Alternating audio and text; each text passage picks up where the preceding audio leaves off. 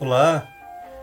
Nessa terceira parte da nossa disciplina, nós vamos falar sobre teoria de perturbação dependente do tempo. Ou seja, é um fenômeno que não é estacionário, ele varia com o tempo. Ele não existia, ele passa a existir de alguma forma, uma perturbação no sistema, e eventualmente esse efeito é transitório. Tem uma parte fácil, né?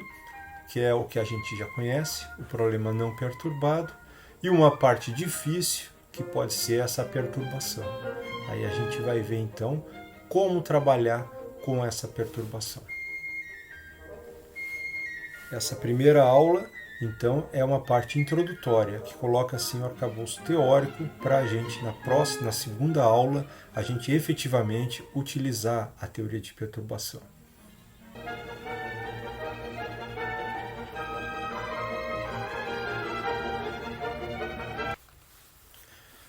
Vamos então fazer uma introdução ao assunto, teoria de perturbação dependente do tempo. No caso que as perturbações elas dependam do tempo, então o hamiltoniano também vai depender. Então, nós podemos escrever o hamiltoniano na forma da parte que não depende do tempo, ou o hamiltoniano não perturbado, não é a perturbação, é o problema original, mais uma perturbação. Vai ser um potencial que varia no tempo. Então, ela é função explicitamente do tempo. Nesse caso, a gente não pode fazer o que a gente fazia na teoria de perturbação estacionária, que é pensar em correção aos autovalores, por exemplo, da energia. Porque aqui o hamiltoniano depende explicitamente do tempo. Então, a gente não tem a conservação da energia e então não existem estados estacionários. O que a gente faz aqui, que a gente vai fazer, é calcular aproximadamente as funções de onda ou vetores de estado de um sistema a partir das soluções dos estados estacionários do problema não perturbado. O problema não perturbado a gente sabe resolver e é um problema que não depende do tempo. O hamiltoniano não depende do tempo, o H0, né? Então isso vai ser a primeira parte do problema. E depois, em cima disso, a gente vai levar em conta a perturbação. E com isso, a gente vai, por exemplo, aprender a calcular, ver como é que define as probabilidades de transição de um estado estacionário para outro.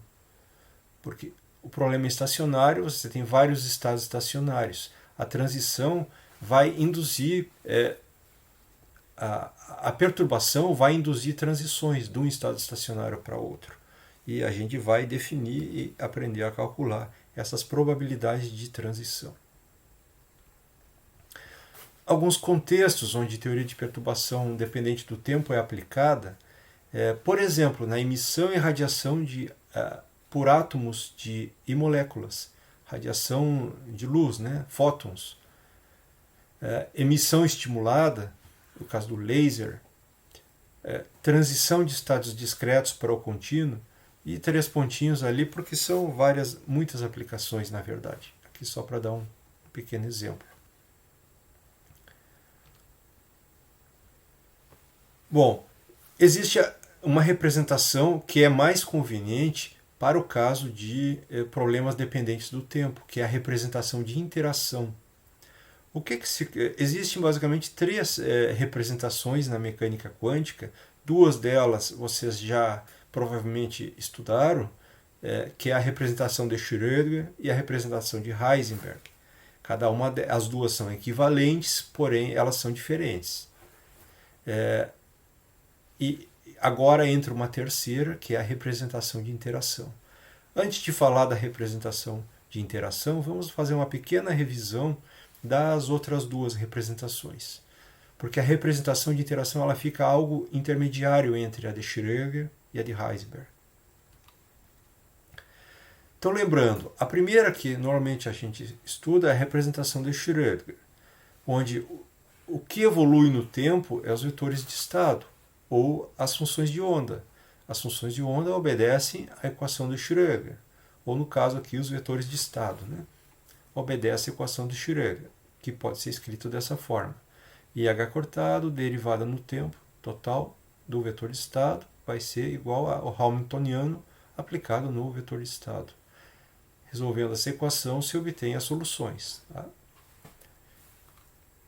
Uma segunda forma de considerar a evolução do tempo na representação, evolução temporal na representação de Schrödinger, é considerar o operador evolução, ou operador evolução temporal, que é denotado por U de t de t0. O de t de t0 ele vai evoluir no tempo, do tempo t0 para o tempo t, como a gente vê aqui. Ó. Se a gente tem o vetor de estado do sistema no instante t0, um instante inicial, e a gente aplicar o operador evolução, t0, ele vai evoluir de t0 para t. Consequentemente, ele vai fazer essa ação e vai transformar o vetor de estado, então isso contém a evolução temporal, num vetor de estado que é o vetor de estado já evoluído no tempo t. Tá? Então, o vetor de estado ele pode ser evoluído pelo operador evolução. Escrever a equação de Schrödinger, escrever em termos do operador evolução, é equivalente. Tá? São só formas diferentes de tratar. Em que nível que se quer tratar a evolução temporal. Onde o operador evolução ele tem essa forma aqui. É uma exponencial de e na menos i t, menos t0. H, operador hamiltoniano, sobre h cortado. Então, é um operador. Tá? H aqui no sentido de operador. Hamiltoniano, sempre conectando os dois tempos. No caso, o tempo inicial e o tempo final. A evolução no tempo, então, aqui aparece um sinal menos e na exponencial. Tá? Isso é característico da evolução no tempo. Esse operador evolução, ele satisfaz várias propriedades, as mais importantes estão aqui. Primeiro, ele é unitário, ou seja, o dagger de t de t0, u de t de t0 é igual a 1. Ou seja, o adjunto aqui faz o papel do inverso, do inverso, né? Então, dá o operador identidade aqui. Então, ele é unitário, é muito importante. Se aplicar o operador evolução do tempo t até o tempo t, não há evolução. Né? Então, esse operador evolução vai dar 1. Né? Isso é uma condição inicial importante. Tá? Essa condição. A primeira condição, que é o operador evolução unitário, também está escrito de outra forma aqui, dizendo que o adjunto é igual a o inverso. Tá? Então, o dagger é igual a menos 1, o inverso, que é igual, então, a inverter. O de t0t, o menos 1, ou seja, inverso do t0t, é fazer a evolução de t para t0. Seria a evolução para trás. Inverteu a ordem dos tempos, né? De t para t0, de t0 para t. Mas o operador inverso é isso. Ele faz a evolução no sentido que está... operador evolução. Ele faz de t para t0. No caso inverso, ele vai inverter. Tá? E por ser unitário, então o dagger também vai ter essa mesma propriedade, que o dagger de t de t0 vai ser o u de t0t. Tanto o inverso quanto o dagger, o adjunto, vai inverter aqui o sentido da evolução no tempo. A quarta propriedade aqui mostra que, por exemplo, se eu tenho um tempo intermediário, eu tenho o operador evolução, ele faz evolução de t3, vamos da direita para a esquerda. Não é necessário, mas podemos pensar que t3 é menor que t2, que é menor que t1. Ou seja, t3 acontece primeiro, t2 é um tempo intermediário, t3 t1 é um tempo posterior. Embora isso não seja necessário, essa hipótese, mas vamos fazer isso. Então, operador evolução de t3 para t2, que é o u de t2 t3, multiplicado por o que faz t2 para t1, ele é equivalente ao operador evolução que faz direto a evolução de t3 para t1. U de t3 para t1. Podemos ler do lado esquerdo u t1 t2, u de t2 t3 é igual a u de t1 t3. Isso aqui é uma propriedade de grupos, né? Ou seja, com dois elementos do grupo, multiplicando, você tem um terceiro elemento do grupo. Então, forma grupo, o operador evolução. A evolução temporal, ela está nos vetores de estado. E o operador evolução está ali aplicado para fazer evoluir esse vetor de estado. Agora, em geral, os operadores eles são constantes. Tá? Os demais operadores, que são os observáveis. Tá? Operadores e observáveis.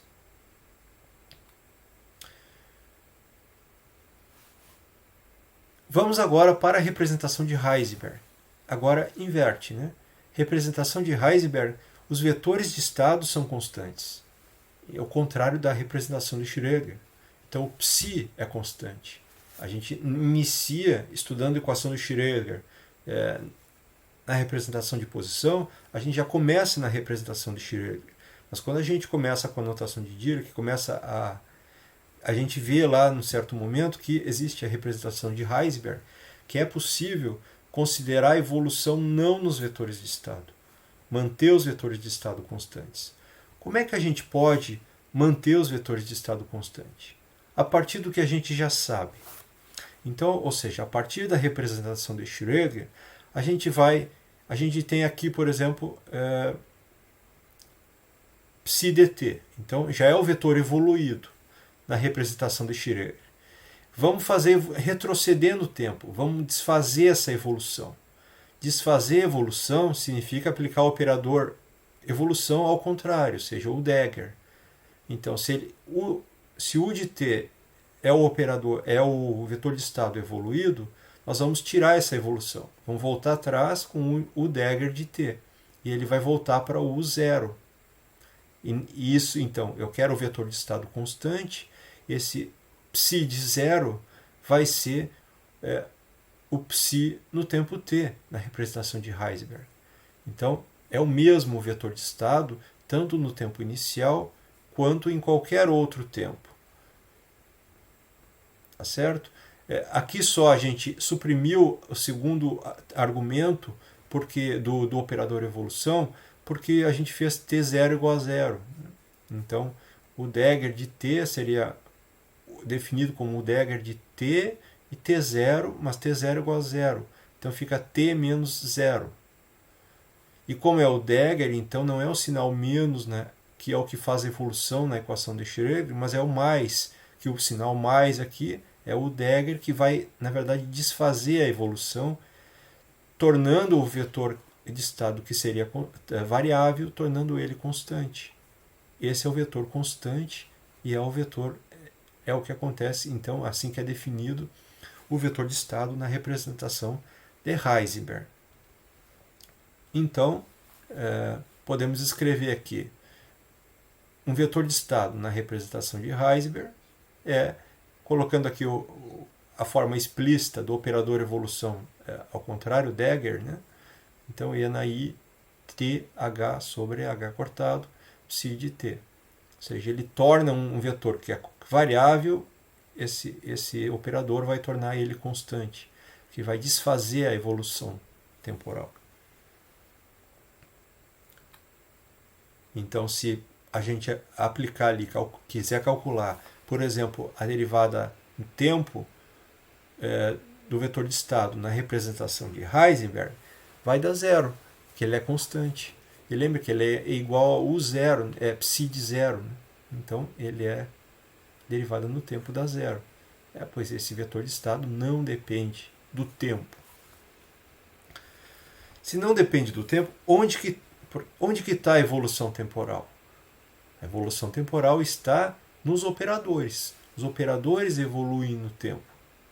Como? Vamos olhar para o valor esperado e a partir dali a gente tirar essa conclusão de como que os operadores evoluem. O valor esperado, ele tem que ser o mesmo resultado, tanto na representação de Schrödinger quanto na representação de Heisenberg. Tá? Mas aqui a gente vai olhar então para o valor esperado. Vamos escrever, então, na representação de Schrödinger, inicialmente aqui, e escrever então, o psi de t é o vetor evoluído. O vetor evoluído, pode ser escrito em termos do vetor de estado inicial, no tempo zero. Ou seja, na direita, e na menos i th sobre h cortado, psi de zero. E na esquerda, a gente toma o complexo conjugado e vai ter a mesma coisa aqui, psi de zero, e na mais ith hamiltoniano sobre h cortado.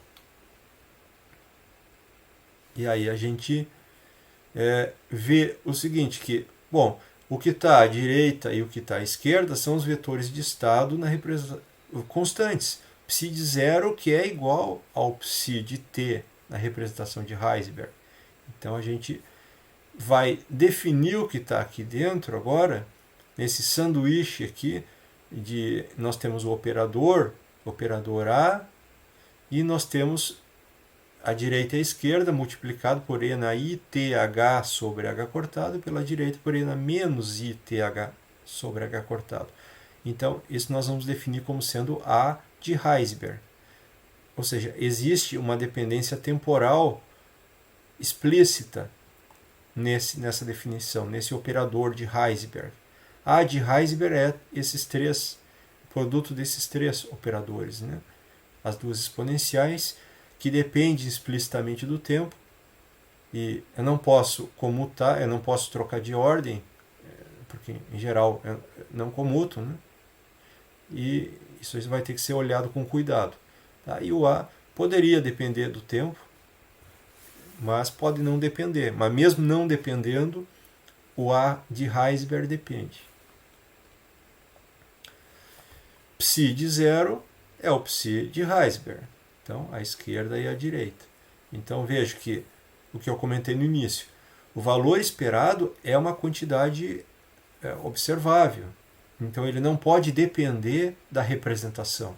Então, eu comecei aqui com a representação de Schrödinger e chegamos no valor esperado, definição da representação de Heisenberg. Qualquer das duas representações vai dar o mesmo valor esperado, que tem que ser. Tá? Mas a gente quer ver a evolução aqui. Então, vamos ressaltar aqui o que seria o A de Heisenberg de t. Ou seja, como é que eu obtenho um vetor, um operador que evolui no tempo. Um operador na representação de Heisenberg. Esse operador traz toda a dinâmica da evolução. Né? Como ele vai ter aqui, né? Pegando aqui de dentro. Então, nós temos o operador que, em princípio, pode não depender do tempo, mas aí fazendo esse sanduíche, a gente tem um operador que depende do tempo. Tá? Com um operador evolução. Né? Vejam aqui. Aqui é o operador evolução e aqui é o Degger, operador evolução adjunto. Então, a gente tem essas formas aqui de escrever.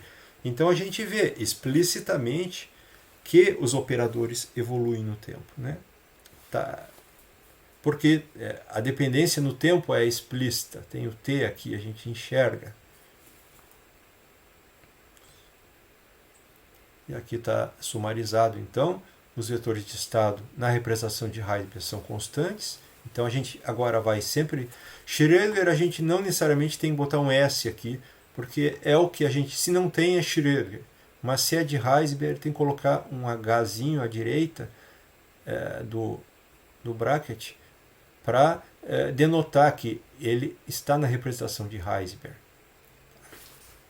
E mesma coisa para os operadores. Tá? Então o A aqui a gente não vai botar um S de Schrödinger, mas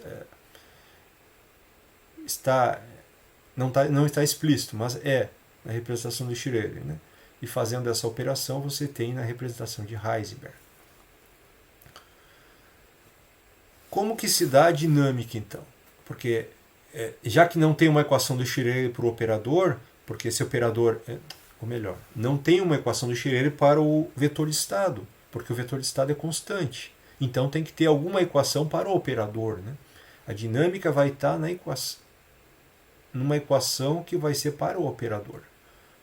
E essa equação é chamada equação de Heisenberg do movimento. Vamos supor que o operador original, a representação de Schrödinger, o A, não depende explicitamente do tempo, ou seja, né, derivada parcial dá zero. Depende explicitamente do tempo nas exponenciais, mas não nele. Ali. Então vamos calcular a derivada no tempo, para ver como que o operador na representação de Heisenberg evolui no tempo. Vamos aplicar a derivada do produto. Aqui, né? Derivou o Dagger, AU mais a... Estamos supondo que não tem, né, dependência no tempo. Se tivesse, a gente teria que incluir, mas estamos supondo que não. Mais a derivada do U, com respeito ao tempo, e o resto se fica constante. Tá? E agora a gente faz explicitamente essas duas derivadas. Faz explicitamente, por exemplo, olhando aqui para as exponenciais, né? Onde em cima da exponencial nós temos um operador. Tá? E a gente tem que cuidar, não pode trocar a ordem. Então, o Dagger é a exponencial positiva. Quando fizer a derivada no tempo do Dagger, então vai baixar aqui um IH sobre H cortado. H operador e o resto é número. Só que o H vai baixar nessa ordem, daí antes do operador A. Então aí vai acabar dando o seguinte, que derivada da exponencial é a própria exponencial, né? E baixa os valores. Então, a própria exponencial vai ser o Dagger. É o Dagger mais o I sobre H cortado, que baixou do primeira derivada, e baixou também o H. Então, o H e o operador evolução, eles comutam, porque é o mesmo, né? Ele está ali na exponencial. Então, passou o H para aqui. Mas ele não pode passar para outro lugar, para a direita. Ele está à esquerda do operador A. Então, tem o Dagger HA. E agora, o Dagger, no segundo A, deriva o operador evolução. Aí deriva o lado direito. Derivando o lado direito, vai descer um sinal menos I sobre H cortado. Menos I sobre H cortado. Derivada da exponencial, também vai baixar o H, na forma de operador. Esse operador está à direita do A, né? Então, AHU. Deu a exponencial de novo e recuperou o operador evolução aqui. Então, vamos escrever isso para entender melhor o resultado. Vamos inverter aqui, ó, passar o I para a denominadora e inverte o sinal, dá menos I, H cortado, e aqui dá mais I, H cortado no segundo. E vamos introduzir o operador identidade aqui no meio, que o operador U é unitário, né? Então podemos colocar, nós temos o Dagger H, A, e entre H e A nós vamos colocar o operador identidade, então vai dar o Dagger. A mesma coisa vamos fazer no segundo termo, entre A e H vamos colocar o Dagger, que dá identidade. Não tinha esse termo, né? Ao fazer isso, a gente reconhece que aqui nós temos o operador A na representação de Heisenberg. É o sanduíche com o operador evolução. Né? E aqui nós temos o Hamiltoniano na representação de Heisenberg também. Tá? Aqui eu não estou colocando o símbolo de H, mas é o Hamiltoniano. Só que aqui tem uma coisa. Seria o Hamiltoniano na representação de Heisenberg. Mas como o operador evolução e o Hamiltoniano eles comutam, então eu posso trocar de ordem aqui. Então o U passa para a esquerda e aí então eles dá 1, né? Da identidade. O Dagger U da identidade, então fica H, simplesmente. Então o Hamiltoniano na representação de Heisenberg é o próprio Hamiltoniano. Tá? Então isso que eu queria enfatizar. Então no segundo termo, só troca aqui a ordem que as coisas são feitas. Então tem o A operador na representação de Heisenberg. E por segundo aqui, nós temos o Hamiltoniano, né? Como a gente viu aqui na direita. Então, o que nós temos aqui? Nós temos 1 sobre H cortado, menos... A gente pode trocar esse sinal, fatorar o sinal de menos, né? que aí fica claro o que nós temos. Ó. HAH mais AHH. Então, com sinal menos, então começo aqui com este. A, o operador na representação de Heisberg, vezes o Hamiltoniano, menos o Hamiltoniano vezes o operador na representação de Heisberg.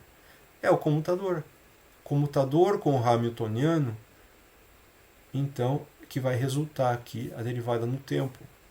Então, 1 sobre H cortado, o comutador do operador na representação de Heisberg com o Hamiltoniano.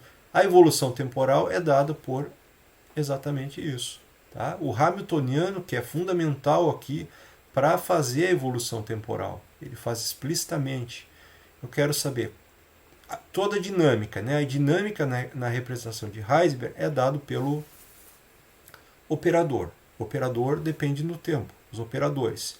E como que eles dependem no tempo? Desta forma aqui. Quer dizer, o comutador com o Hamiltoniano.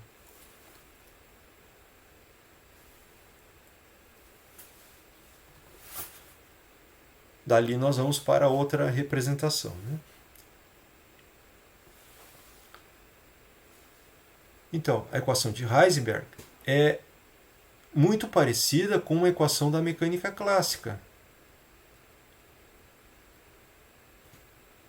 Que nós temos os parentes de Poisson com o Hamiltoniano para a evolução temporal das variáveis dinâmicas. Né? Então, quando eu tenho uma variável dinâmica que depende do momento, da posição, enfim, elas evoluem dependendo do parente de Poisson.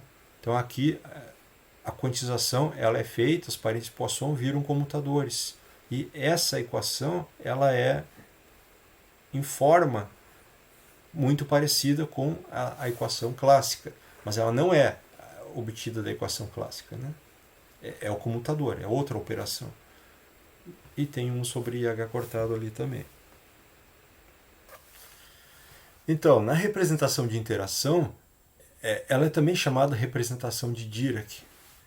Ela é útil quando o Hamiltoniano depende explicitamente do tempo, que é o problema agora que a gente vai enfrentar na teoria de perturbação dependente do tempo. Essa representação ela é intermediária entre as outras duas. Na de Schrödinger, os vetores evoluem no tempo e os operadores não. Na de Heisberg, os vetores de estado são constantes e os operadores evoluem. Na de interação, tanto os vetores de estado quanto os operadores evoluem no tempo. Vamos ver como é que isso se dá, então, começando com a equação de movimento para os vetores de estado. Então, a definição ali do vetor de estado na representação de interação, ela pode ser obtida através do vetor de estado na representação de Schrödinger, onde o vetor de estado depende do tempo. Então, por exemplo, psi de t é o vetor de estado usual na representação de Schrödinger. E aqui a gente aplica, é como se a gente aplicasse o operador evolução ao inverso, ou seja, desfazendo a evolução com sinal mais, porém só não o Hamiltoniano completo, mas só com o Hamiltoniano estacionário, a parte não perturbada. Então, desfazer a evolução no tempo promovido pelo Hamiltoniano não perturbado. Só isso, tá? Definido dessa forma, agora a gente vai ver como que se dá, de fato, a evolução temporal do vetor de estado na representação de interação, onde o I ali vai definir, então, a representação. Tá? Sempre que a gente tiver na representação de interação, a gente tem que colocar esse símbolozinho nos vetores de estado. E a gente vai fazer isso calculando como se dá a equação de Schrödinger. Né? Então, IH cortado DDT de psi de t na representação de interação, onde está aqui explícito. Né? Então, a gente vai fazer uma derivada do produto, só que a gente já tem um IH cortado ali. Né? Então, o que acontece? Quando fizer a derivada da exponencial, vai baixar o IH0 sobre t, sobre H cortado. Né? T está ali, então derivou no tempo. Então o I, já tinha um I aqui, então fica menos 1. Sobre H cortado, já tinha um H cortado, então Corta, né? Não tem. Então fica só um sinal menos e o H0. O H0 que vem da derivada aqui. Vezes a exponencial, vezes psi de t, Schrödinger, tá? Por enquanto, mais derivada do segundo termo. Então, deixou aqui esse operador e colocou lá IH cortado ddt do vetor de estado na representação de Schrödinger. Mas aí a própria equação de Schrödinger, né? Então, vai ficar o primeiro termo menos H0. E aí, quando temos aqui a exponencial com o H0, exponencial positivo com H0 e psi de t, a gente vai ter o vetor de estado na representação de interação. Então, reproduziu aqui. E agora aqui nós vamos ter o operador exponencial e IH cortado ddt de psi de t vai dar H, o hamiltoniano, vezes a equação de Schrödinger, na representação de Schrödinger, né? É a própria equação de Schrödinger escrita aqui. IH cortado de psi dt vai dar H psi de t. Só que agora vamos escrever o H da forma que ele é. Tem uma parte estacionária mais a parte que depende do tempo, que vai ser, no caso, a perturbação, aqui nesse nosso estudo. Então, H vai ser H0 mais V, potencial dependente do tempo, e com isso vai dar dois termos aqui, né? H virou H0 mais V de t. A parte do H0 vai ser cancelado pelo outro termo. Nós vamos ficar somente com este aqui, né? Com este aqui. Mas o que mais que a gente pode... Então, cancelou os dois primeiros, mas vamos trabalhar com esse operador aqui, que esse produto de dois operadores, que é exponencial de H0 multiplicado pelo potencial dependente do tempo. Como é que a gente pode trabalhar isso? Vamos inserir o operador identidade à direita. Ou seja, como que inserir à direita? Uma exponencial negativa, e na menos i t h0 sobre h cortado, vezes e na i t h0 sobre h cortado. Inserimos o operador identidade. Só que vamos agrupar dessa forma aqui. Agrupando dessa forma, tá aqui como a gente vai ter aqui um e na i t h0 sobre h. Isso vai estar depois multiplicado pelo vetor de estado da representação de Schrödinger. Então, deixa ele separado e vamos definir esse sanduíche aqui, vamos dizer, da perturbação, do potencial, que depende do tempo, com essa mesma exponencial que constituiu lá em cima, representação de interação. Então, mais e menos, vamos definir como sendo o operador na representação da interação. Então, VI dt é este que está entre parênteses. E o que sobra aqui, a exponencial. Aí isso vai no terceiro termo, que é o único termo que sobra, né? Então, com isso, nós vamos ter menos H0, aqui ainda antes de cortar, tem os dois termos, mais o terceiro termo, que é VI de t, a exponencial, e vezes o vetor de estado na representação de Schrödinger. Tá? Então, o vetor de estado agora, multiplicado aqui pela exponencial, é o que a gente chamou de o vetor de estado na representação de interação. E aqui cortou. Então, no final a gente tem uma equação que ela é toda na representação da interação. Então, IH cortado ddt do vetor de estado na representação da interação igual, não é o hamiltoniano, mas é apenas o potencial na representação da interação, aplicado no vetor de estado na representação da interação. Então, é a equação de Schrödinger. Só que, ao invés de ter um H aqui, o hamiltoniano, essa equação de Schrödinger, na representação da interação, só aparece aqui o potencial de interação. É o potencial que vem lá da parte dependente do tempo.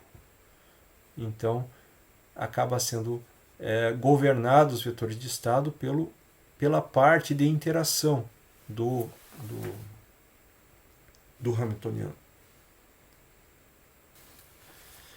Então vamos ver agora como é que é a equação de movimento para os operadores. Então, o operador na representação da interação, vamos considerar a partir de um operador que esteja na representação de Schrödinger, usual. Então, por exemplo, o operador A, tá? Ele vai ser definido dessa forma aqui. Da mesma forma que ocorreu antes para o potencial. A gente definiu o potencial de interação como esse sanduíche com as exponenciais, a parte do operador evolução que diz respeito ao H0, ao Hamiltoniano não perturbado. Dali a gente definiu o VI. Então agora a gente vai, além do VI, qualquer outro operador, a gente vai definir o operador na representação de interação por essa exponencial, sinal mais, sinal menos. Então aqui, sinal mais e menos, operador evolução, somente com respeito ao Hamiltoniano não perturbado. E a evolução no tempo, a equação do movimento, a gente vai descobrir agora calculando a derivada parcial do operador A na representação de interação. Então vai dar aqui uma regra do produto. No primeiro caso, vai dar o I sobre H0, a exponencial, vezes o restante aqui que não foi derivado, A e na menos I H0 sobre H cortado. O segundo termo não tem que ser derivado, a derivada parcial dá zero, ele é constante, a representação de Schrödinger.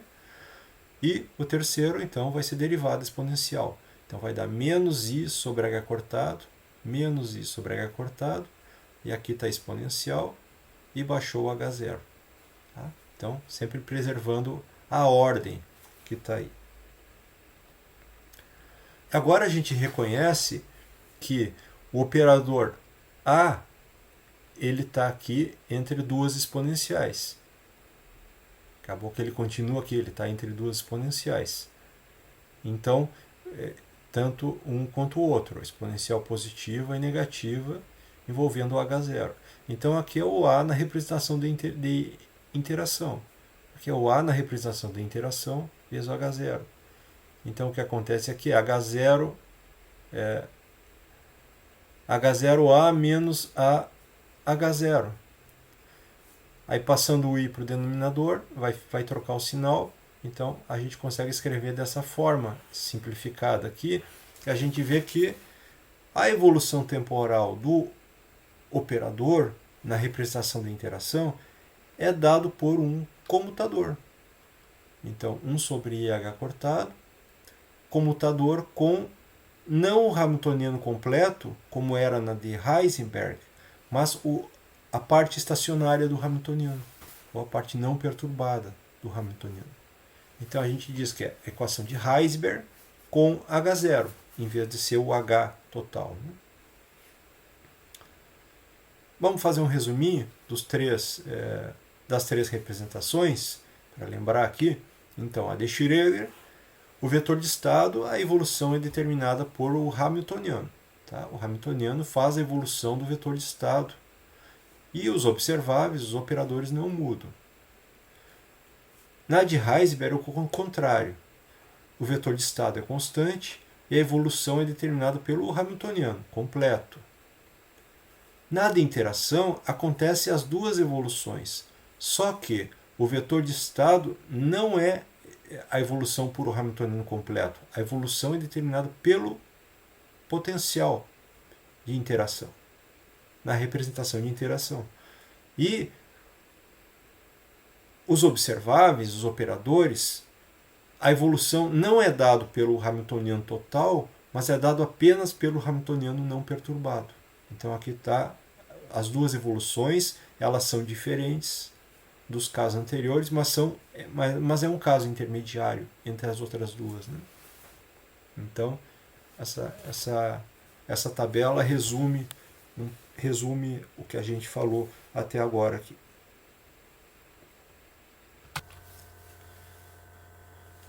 Então vamos passar para a parte de teoria de perturbação dependente do tempo, onde então esses fenômenos são descritos por hamiltonianos que podem ser separados em uma parte que não depende do tempo, que o hamiltoniano H0, e outra parte que depende do tempo, V de t, e sendo que V de t é pequeno comparado a H0, tal que a gente possa usar a teoria de perturbação.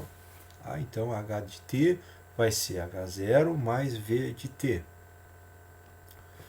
O sistema não perturbado é descrito pelo H0, o hamiltoniano não perturbado, onde a gente conhece os autovalores e autoestados desses. Então, os autovalores, no caso seria a energia, se fosse o sistema antes da perturbação, antes da interação com o potencial que depende do tempo. Então, esse problema ele já está resolvido, tá? A gente conhece. A gente tem os autovalores e autovetores aqui. Então, por exemplo, quais seriam a partir dos autoestados estacionários, usando a equação de Schrödinger dependente do tempo, a gente obtém os vetores de estado dependentes do tempo através das exponenciais, né? Ou seja, o operador evolução, no caso com o hamiltoniano não perturbado, porque é o que de fato acontece enquanto a perturbação não existe, né? Então seria a solução do problema não perturbado, no caso estados estacionários, e multiplicado pela parte que depende do tempo aqui. Então H0 aplicado no estado estacionário, o enésimo aqui vai dar o valor de energia, vai dar o alto valor, né? EN0, então seria o alto valor de energia. No intervalo de tempo, vamos dizer que poderia ser de 0 até tal, então tempo t de 0 a tal, existe essa perturbação externa. É uma perturbação que ela depende do tempo, ela pode ser constante, mas pode muito bem ser variável. Tá? E ela só acontece nesse intervalo. Ou seja, antes de tempo igual a zero não existia nada, era só o problema não perturbado, e depois de tempo igual a tal também é só o problema não perturbado. Muitas vezes é esse o problema que a gente trata. Então é uma perturbação que ocorre por um certo intervalo de tempo, e depois ela termina. Tá? Mas enquanto isso estiver acontecendo, então o hamiltoniano vai ser o hamiltoniano completo, ou seja, o não perturbado mais o que envolve a perturbação dependente do tempo. E aí a equação de Schrödinger, então, IH dt, psi de t vai ser H0 mais V psi de t. É um problema que já não é um problema fácil, né? Um problema mais simples seria o problema estacionário. Eu teria apenas o H0. Quando interage com o potencial, o sistema, né? O sistema ele pode absorver, pode emitir energia. Então vai sofrer transições de um autoestado não perturbado para outro autoestado não perturbado.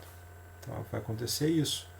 O problema antes era um problema estacionário, cujas soluções são os autoestados não perturbados.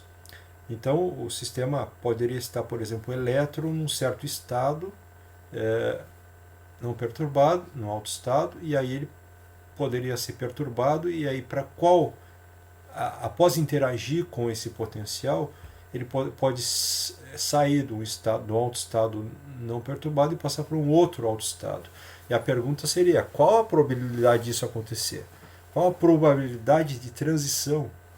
Vai ser um conceito-chave aqui para a gente estudar a probabilidade de acontecer alguma mudança no sistema após uma interação com o potencial. Então teria aqui, vamos mostrar dois métodos, vamos citar dois métodos para buscar soluções da equação de Schrödinger completa, com o potencial que depende do tempo. Então, o primeiro método ele é bastante usado, mas não é o que a gente vai abordar aqui nessa aula e na próxima, mas é o mais comum, seria expandir os vetores de estado, dependente do tempo, em termos das soluções de estados estacionários. Porque as soluções de estados estacionários, elas formam um conjunto completo. Então, nós conseguimos descrever qualquer vetor de estado. Então, nós teríamos aqui soma sobre n, que seriam todos os valores de n possíveis, ali vamos dizer, estados estacionários, com a exponencial, n a menos i ent sobre h, cortado, vezes psi de t, seria o estado estacionário, mais um coeficiente, só que a diferença agora é que esse coeficiente, se fosse estado estacionário, apenas ele não dependeria do tempo. E no caso aqui, como há essa perturbação, esse potencial que depende do tempo, então o Cn depende do tempo. Então o problema vai consistir em determinar quem é esse Cn de t até uma determinada ordem, primeira, segunda, terceira ordem, em teoria de perturbação. Tá? Então esse seria o primeiro método. O segundo método é usar a equação de Schrödinger na representação de interação. A partir dali, então, a gente vai definir, vai ver como é que a gente vai introduzir a perturbação, como é que a gente trata isso. Tá? Então, começando direto aqui com a representação de interação, que é o que a gente preparou um pouquinho atrás, né? Para a gente agora poder aplicar. Então, lembrando, equação do Schrödinger na representação de interação, IH cortado de dt, psi de t na representação de interação, tem os lados aqui, e a equação do Schrödinger ela é governada aqui pelo potencial de interação. O potencial depende do tempo na representação de interação. Lembrando que o potencial é um operador, então ele vai ser dado na representação de interação com esse sanduíche aqui com as exponenciais envolvendo o hamiltoniano não perturbado. E o vetor de estado, na representação de interação, também ele é dado, ele vai ter a mesma exponencial, né? Em termos do vetor de estado, da representação de Schrödinger. Ou em termos do operador evolução. Como é que ficaria o operador evolução? Então, vamos pegar aqui o vetor de estado na representação da interação. Aqui seria, no caso, deixa a exponencial quieta aqui e vamos escrever em termos do vetor de estado no tempo inicial. Tá? Então, em termos do vetor de estado no tempo inicial, a gente teria o operador evolução, que vai de ti para t, então ele evolui o psi de ti, que é o vetor de estado inicial, para um psi de t no instante t. Tá? Então essa é a segunda parte aqui.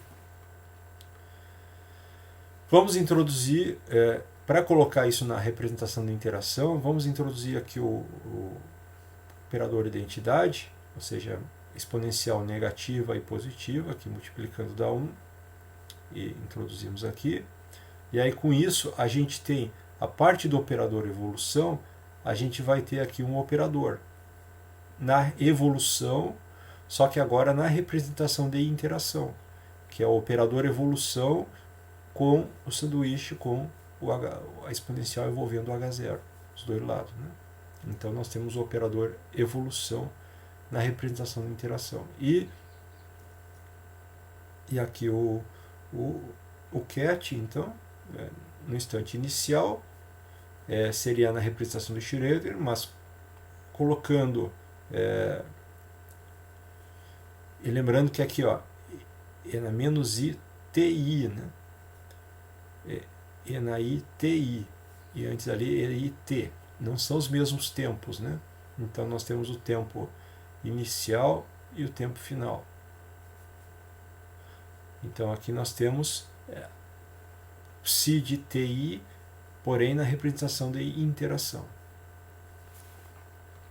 Então, a gente escreve dessa forma aqui. Então, o operador evolução na representação da interação, em termos do operador evolução na representação da interação. Então, ele evolui de TI para T e dá aqui o vetor de estado no tempo T. Ele evolui no tempo. Ele não evolui da mesma forma que o vetor de estado na representação de Schrödinger, né? Aqui ele evolui somente com o potencial de evolução. O vetor de estado evolui somente com o potencial. E os operadores evoluem somente com o hamiltoniano não perturbado. Substituímos na equação de Schrödinger, então, que é o psi de TI dos dois lados. E aí com isso a gente obtém uma equação para o operador evolução. Por quê? Se a gente substituir o ket na equação de Schrödinger aqui, a gente vai ter o operador evolução, ele depende do tempo, e um ket que não depende do tempo, que é o ket inicial, do lado esquerdo e do lado direito. Então o ket inicial não depende do tempo, então com isso a gente consegue extrair essa equação sem o ket psi de TI. Então fica uma equação cuja derivada aqui ela está aplicada no operador evolução, na representação da interação, e do outro lado o i. Então é o análogo aqui, substituindo na equação de Schrödinger, né? É consequência da equação de Schrödinger, só que na representação da interação.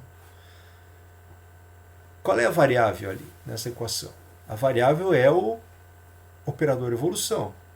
É esse que, com o operador evolução, ele vai dar a evolução temporal, né, do sistema. Então, ele carrega, aqui no caso, nessa equação, a dinâmica do sistema. Essa é uma equação diferencial para um operador, mas é uma equação diferencial no tempo, aqui de primeira ordem. A solução pode ser escrita na seguinte forma, na forma de uma equação integral. Veja que essa equação integral ela é obtida a partir da equação diferencial. Sobre a condição inicial, que é uma condição que os operadores de evolução têm, que evolução de um tempo até o mesmo tempo dá 1, ou seja, não evolui, né? Do tempo i até o tempo i dá 1, ou operador identidade. Então, sobre essa condição inicial, ela está carregada na equação integral. Juntando essas duas, né, a gente obtém essa equação integral. A gente pode ver que a gente poderia fazer o caminho inverso e aí obter aqui o IH cortado deu dt, e aí teria o VI, o I. Tá?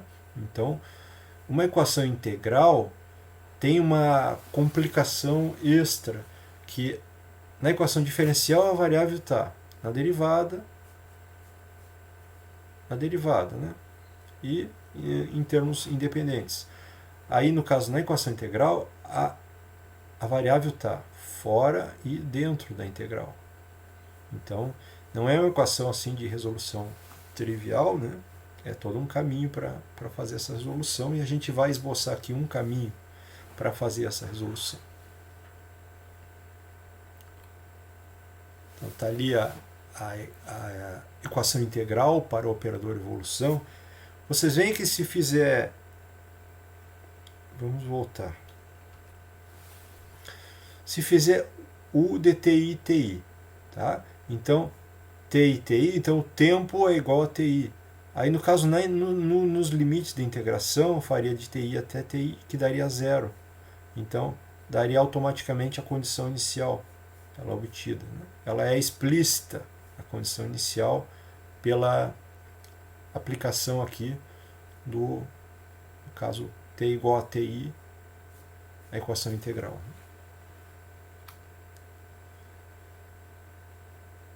Então, a gente vai buscar agora, então, uma solução aproximada para essa equação integral, deixando aqui as bases para depois calcular a probabilidade de transição, mas não é o objetivo dessa aula fazer isso.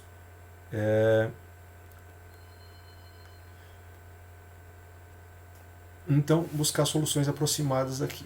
Então, vamos supor que a perturbação é pequena, e aí vamos procurar resolver por iteração. O que é iteração? É substituir a solução dentro da solução. Por exemplo, em primeira ordem, substituir U de T'I com I igual a 1. O primeiro termo seria 1. O segundo termo é esse segundo. Né? Então, substitui esse primeiro UI igual a 1 aqui dentro. No lugar do I T'I, coloca 1. E aí, com isso, você tem uma aproximação para a primeira ordem, que seria 1 menos IH sobre H cortado, integral de Ti até T, só do potencial, T'T'. Tá? T' é um tempo que tá, onde está acontecendo a interação. A interação acontece desde Ti até T. Então, no caso, aqui no caso, né? E T' está nesse intervalo aqui.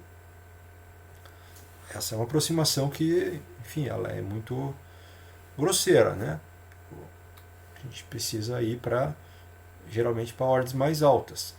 Se a gente for apenas para a segunda ordem, a gente substitui esse resultado de primeira ordem dentro da integral lá. Então, U de T'Ti, a gente vai substituir a aproximação de primeira ordem, T'Ti. Então, vai jogar essa expressão lá dentro da equação. E aí, com isso, a gente vai ter integral dentro da integral. Né? Que 1 menos 1 sobre H cortado, integral de Ti até T, V de T', e aí botou aqui 1, então está o 1, deu um termo. Mais, e aí veio o segundo termo, que é menos I sobre H cortado, aí ao quadrado, e aí veio uma outra integral, né? Já tinha integral de Ti até T, e agora vai de Ti até T de novo. Não posso botar a mesma letra, né? Eu tenho que mudar. Então, eu introduzo aqui um T', e agora vou introduzir um T duas linhas, onde a integral para T duas linhas vai de Ti até T', onde o limite da integração aqui, o limite superior da integração é a variável de integração da outra integração. Né? E aí vai de Ti até T. E aí então eu tenho a aproximação de segunda ordem. Resolver por iteração é substituir uma solução dentro da outra, até o limite que se consegue isso para todas as ordens. Né? Então a gente pode fazer agora por iteração, substituindo. Então nós temos mais 3 pontinhos para todas as ordens. Eu botei aqui explícito um termo em ordem n. Então teria t ao quadrado, agora tn, eu teria várias integrais aqui. Eu tenho n menos 1 integrais. Em segunda ordem, nós temos duas integrais. Né? Então, para essa ordem aqui, nós vamos ter 1, 2, 3, tantas integrais quantas forem. Né? Então, aqui t, t', duas linhas, tn menos 1. Mas vejo que os termos seguintes eles são obtidos substituindo a solução dentro da solução. Tá? Então, o que acontece é que cada termo a mais, e aqui está um pouco o espírito da teoria de perturbação, cada termo a mais tem um potencial a mais. E esse potencial ele tem alguma coisa, um parâmetro, alguma coisa que diz que ele é pequeno. Então, eu vou fazer integral do potencial uma vez, duas vezes, 3, 4, 5, 6, n vezes, n menos 1n, e assim por diante. Né? Então, a ideia é que, para ordens superiores, seja desprezível a contribuição, considerando que V seja pequeno, supondo que V seja pequeno. Né? Então, pode ser que não baste ficar na primeira ordem, pode ser que baste ficar na segunda ordem, ou que tenha ir para a terceira, ou adiante, né?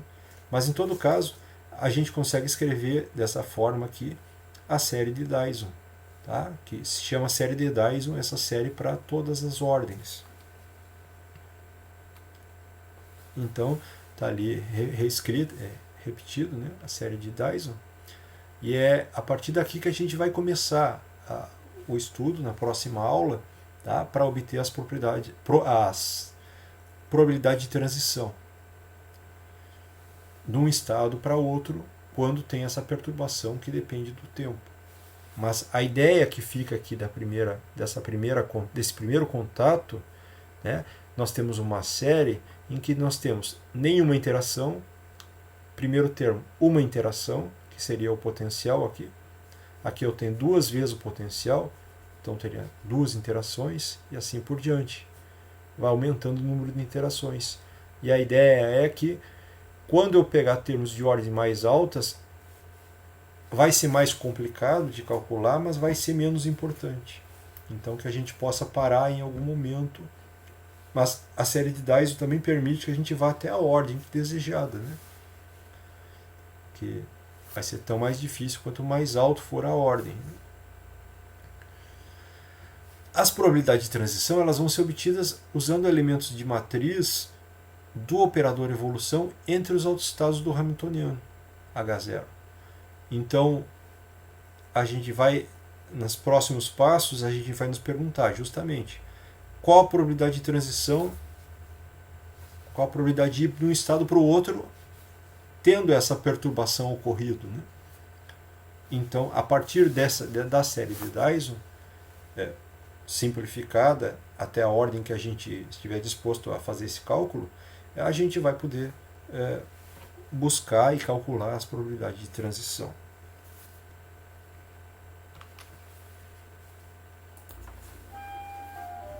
Então essa foi a primeira aula. Como vocês viram, foi uma aula introdutória.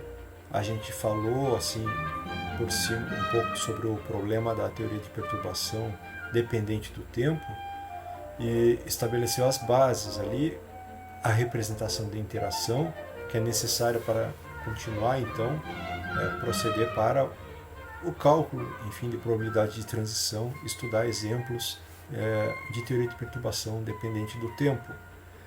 A gente seguiu mais aqui a abordagem do Zethile, no Sakurai também tem uma abordagem equivalente, e o Landau-Cohen fornece a outra abordagem. Tem a primeira e a segunda abordagem, né? Mas todos são excelentes livros aí para serem consultados. Tá certo? Então isso é uma introdução. Na próxima aula a gente vai direto, então, supondo todas essas bases já estão estabelecidas, a gente vai seguir definindo a probabilidade de transição. Até lá, então. Um abraço.